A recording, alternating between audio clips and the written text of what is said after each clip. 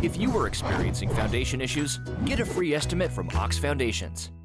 Yesterday, Governor Ivey announced relaxations in some areas from the previous announcements she made about guidelines and laws, and safer stay-at-home package was released. And Mayor Jim Heigl of Sylacauga, Sylacauga, and the mayor here, who's just announced that he will be running for re-election. Congratulations on that. Well, thank you, Jimmy Dale. We got a lot accomplished the past 3.5 years. We're moving forward. We need to keep this pace going. This virus has set us back just a little bit, but we're going to get through it. You know, we've never faced anything like this in our lifetime. How has the city responded, and what are you hearing from local businesses, or how they're coping with this? Well, naturally, you know that we're taking a directive all the way from the CDC, the disease control from the federals, all the way down through the state and Alabama State Health Authority, plus our disease control here at Sylacauga Hospital, and we're following their directives. Because this is a disease that none of us are familiar with. We still do not have all the answers.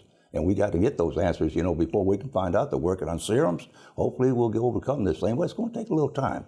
So let's keep doing what we're doing, keep our hands clean, you know, and don't get in big groups and create issues, you know. Don't get too complacent, you know, because we're not through all this yet, you know. It's got a little ways to go. Obviously, being a part of a business as I am, and a lot of people watching this morning have businesses or work for businesses, it's been a tough haul for them. It has, and the governor has said a safer stay-at-home policy, you know, which means you can get out. Some of our retailers will be able to open. They'll only have to open with maybe about 50% of their normal production as they have, or sales as they have. You know, bring a few people in, make sure they got the 6-foot distance and don't accumulate more than 8 or 10, depending on the footage of the buildings, you know.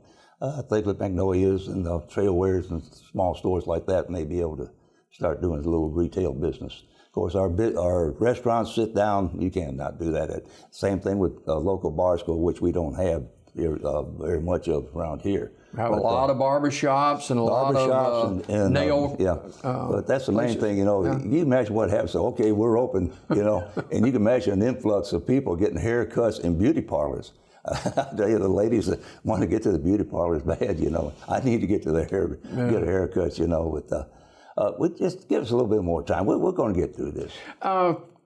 Being the CEO of our city and your hand on the pulse of what's going on in our city, you've talked to local businesses, but overall, how do you think that we've handled this as far as loss of revenue? And it's hard to put your arms around it. Well, the loss of revenue is going to be ongoing for months to come. There's no doubt about that. We do not have a feel for what we've lost so far. It'll come out probably about Wednesday or Thursday when the state puts our final sales tax into our accounts here in Sylacauga. Then they'll give us an idea where we're at. But we have necessities, we got responsibilities. Those are going to have to come first. And City Hall will stay shut down for dealing with the public. I mean, it's working good. I checked with the police department, the code department, and also the court's office does a lot of traffic face-to-face, and same thing with the clerk's office. But we're handling everything very well. They're doing a great job of getting what the people need.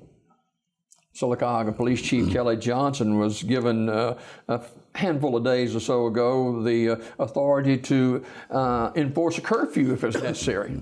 Yes, a curfew. I'm a little skeptic of that, but he doesn't have to use it. Right. He's not for it, and because right now he's got extra patrols out. We're maintaining what we need to maintain out there. We had a few little incidents, you know, kids being out of school, got a little mischievous, you know, but he's got that under control. But if he ever had to, I can see that in Birmingham, Montgomery, Chicago, New York, or someplace like that.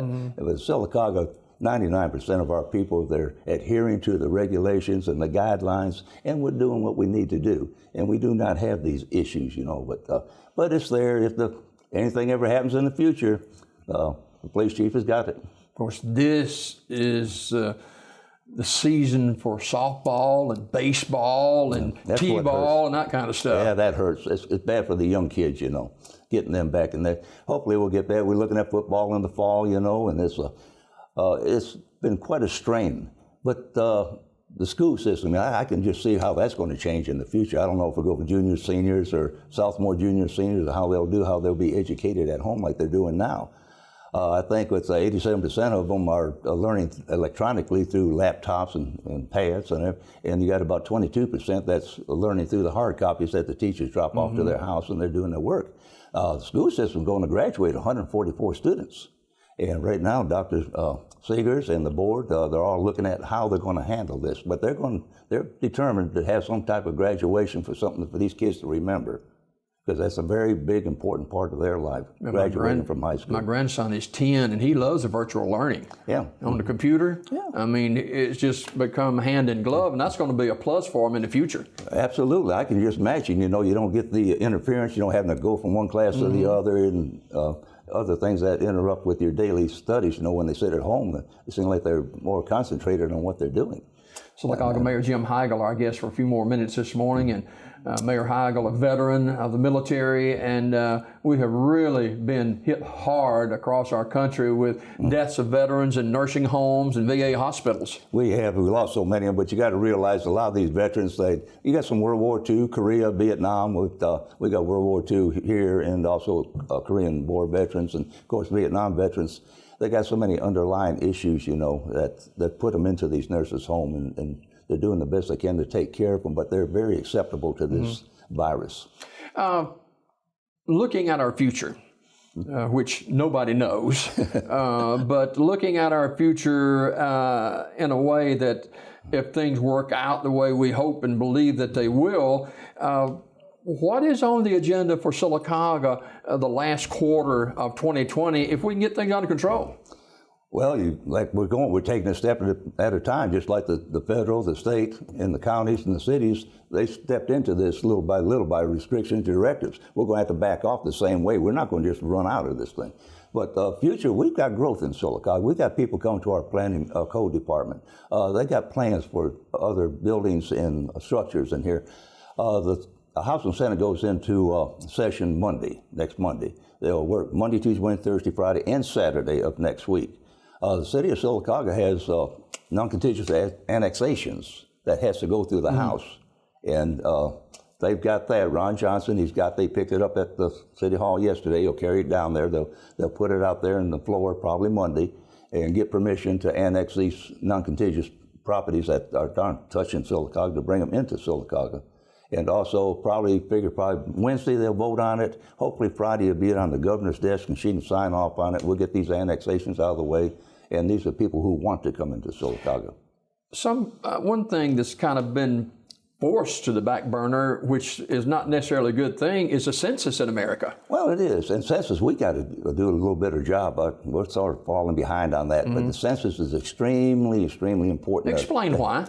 Because it has to do with the grants and monies coming from the federal and the state, from DECA and LWCF grants and everything on populations. That has a big bearing on it.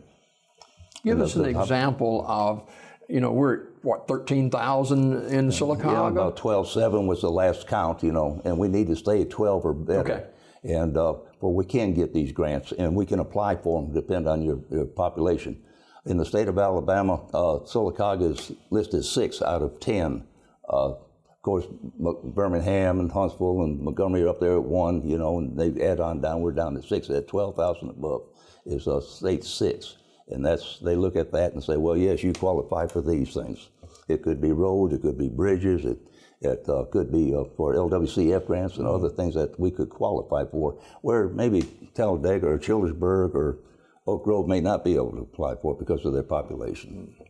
Sylacauga Mayor Jim Heigl, our guest this morning. There was talk before the coronavirus outbreak about the possibility of looking into, on Main Avenue, a new recreational complex there. And I guess that's been on hold. We don't have a swimming pool either. We don't.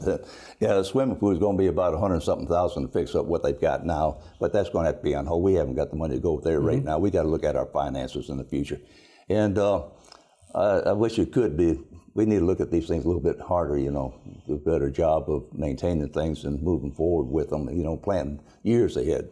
Swimming pool and all that, I wish we could have looked at that back in 2011 or 12, not 12, but 16 or 17 when we came into office, look at things like that. But we accomplished a good bit. We got a good lot done. We got over 30 miles of paving done. We got Lake Howard squared away. We got all our city buildings are up and running. Got all the roofs fixed. We got all the heating and air conditioning units fixed in it. We're in good shape. Now we got to maintain all this. Being the CEO of our city, you surround yourself with people that can support our city, the city council and other entities here in our community that are stepping forward and helping out during this coronavirus outbreak. You're a dollars and cents guy. How concerned are you going forward for the final part of this year? I think what we've got on the table right now, I think we're going to be able to move forward with it. Of course, we're saving everywhere we can. All trips are off for the city and everything. We're being as conservative as we possibly can, but we still have obligations, so we have to meet those obligations. Those things that we're not at this time have to be addressed, we'll set them aside, but still keep them on the table for future growth.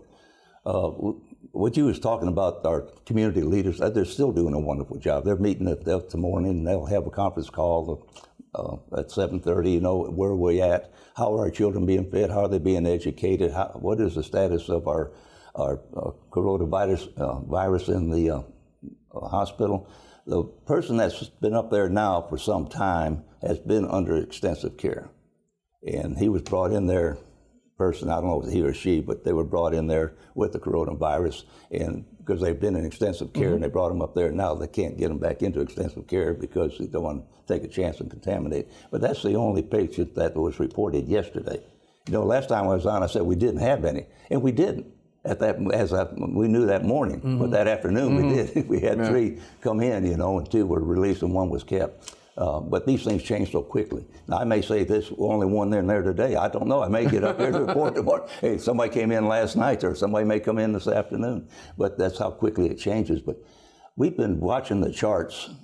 It's all been charted up. It reached a certain point. Now she's starting to level off a little bit. Now, these are tests that were taken 3 to 5 days ago. And that's where it was at 3 to 5 days ago. So today we'll see this morning how that trend is still holding, or whether it's dropping, or whether it's going up. They're using the 14-day line of, you know, we need to improve for 14 days in a row, and the numbers are up in deaths this morning, but there's been more testing going on too. And that's it. That's what you got to realize. There's a lot of it out there, and they don't know until they test them. And I think the industry's starting to pick up, you know, with cotton. That's going to be a big field that's coming out of that. But a lot of new things are going to come out of this virus.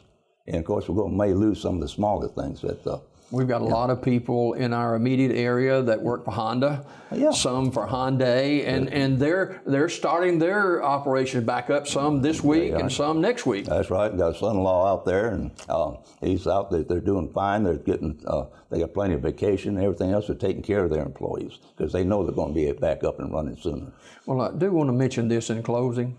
As the CEO of our city, I want to report to you that I've not received my stimulus check yet. Well, you haven't. Well, that's probably because you made too much money and you won't get one. Right. But understand that even though we're starting to open up a little bit, be very cautious. Keep your hands clean. Keep them away from your face. Look at social separation, you know. Don't get too close.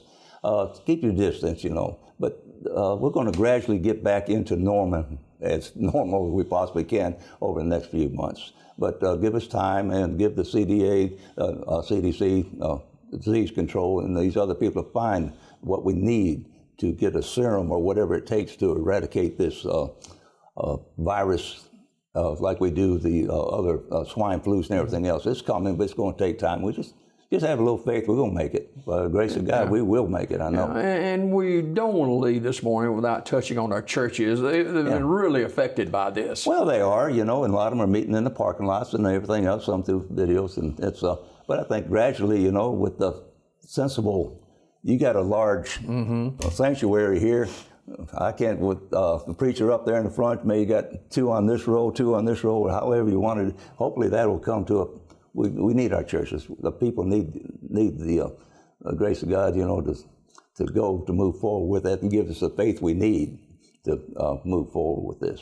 All right, Mayor, thanks a lot for being with us. Well, thank you, Jimmy Dale. Appreciate it. Sylacauga Mayor Jim Heigl, our guest this morning. We got more Daybreak coming up after this.